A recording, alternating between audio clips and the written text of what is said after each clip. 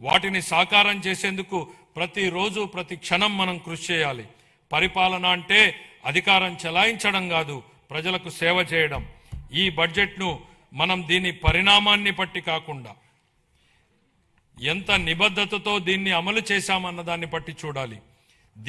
దీనిలో చేసిన ప్రకటనల్ని బట్టి కాకుండా అవి ప్రజల జీవితాలపై ఎలాంటి ప్రభావాన్ని చూపాయన్న దాన్ని బట్టి గుర్తుపెట్టుకోవాలి. ప్రజలు మాపై ఉంచిన అచంచల విశ్వాసానికి కృతజ్ఞతలు తెలియజేస్తూ వారికి సేవ చేసే భాగ్యాన్ని మాకు కల్పించినందుకు ధన్యవాదాలు తెలియజేస్తూ ఈ బడ్జెట్ను గౌరవ సభ ఆమోదం కోసం సమర్పిస్తున్నాను. జై ఆంధ్రప్రదేశ్, జై హింద్.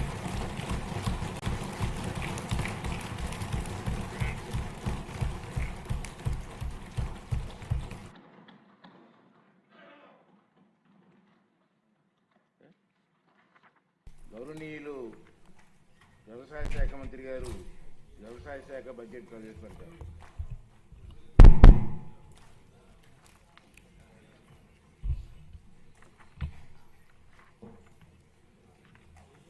గౌరవ సభాపతి, గౌరవ ముఖ్యమంత్రి వర్యులు, గౌరవ ఉప ముఖ్యమంత్రి వర్యులు, గౌరవ సహచర మంత్రివర్గ సభ్యులు, గౌరవ సభ్యులందరికీ నా హృదయపూర్వక నమస్కారాలు. స్వేదముతో భూమిని సేద్యం చేసి జీవనానికి అన్నం ప్రసాదించే రైతన్నకు నా వందనాలు.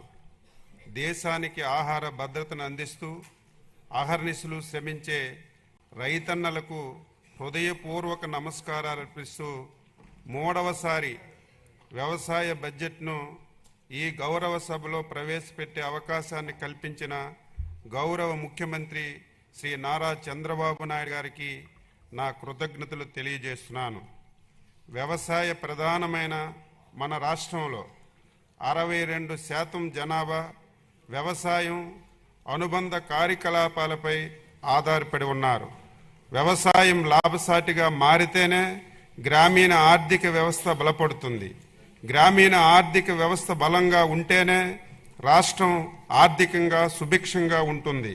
రాష్ట్ర ఆర్థిక సౌధానికి మూల స్తంభంగా నిలిచిన వ్యవసాయ రంగాన్ని మరింత పటిష్టం చేసి రైతును రాజుగా నిలబెట్టాలనే సంకల్పంతో గౌరవ ముఖ్యమంత్రి శ్రీ గారి నాయకత్వంలో ఎన్డీఏ ప్రభుత్వంలో వ్యవసాయ అనుబంధ శాఖలు మరింత పురోగతి సాధిస్తున్నాయి.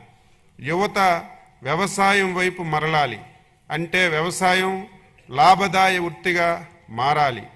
రైతును రాజుగా చేయడానికి గౌరవ ముఖ్యమంత్రి గారు రైతన్న మీకోసం కార్యక్రమాన్ని ప్రారంభించారు.